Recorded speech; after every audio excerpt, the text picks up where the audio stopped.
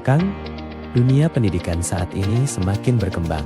Berbagai macam pembaharuan dilakukan agar dapat meningkatkan kualitas dan kuantitas pendidikan. Untuk meningkatkan kualitas pendidikan, diperlukan berbagai terobosan, baik dalam pengembangan kurikulum maupun inovasi kurikulum berbasis teknologi. Pemanfaatan teknologi informasi dalam bidang pendidikan, termasuk pendidikan bahasa, merupakan respon yang sangat positif.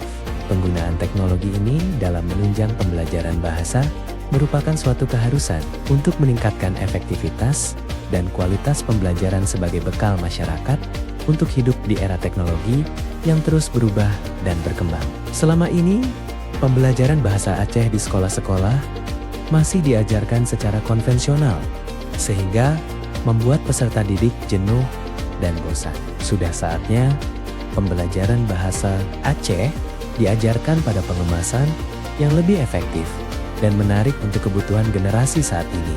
Salah satunya yaitu dengan bantuan teknologi aplikasi mobile.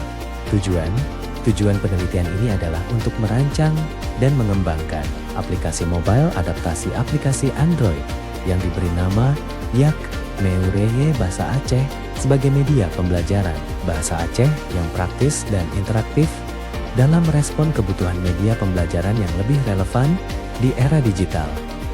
Kebaruan pada penelitian ini adalah sebagai berikut.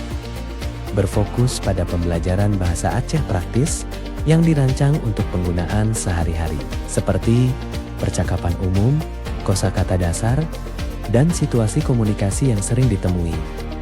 Integrasi teknologi mobile untuk pelestarian bahasa daerah yang dapat diakses oleh masyarakat luas. Pendekatan dengan penerapan model 4D Define, Design, Develop, Disseminate dalam pengembangan aplikasi bahasa Aceh. Memiliki potensi inovasi dalam desain dan fitur aplikasi melalui pendekatan 4D.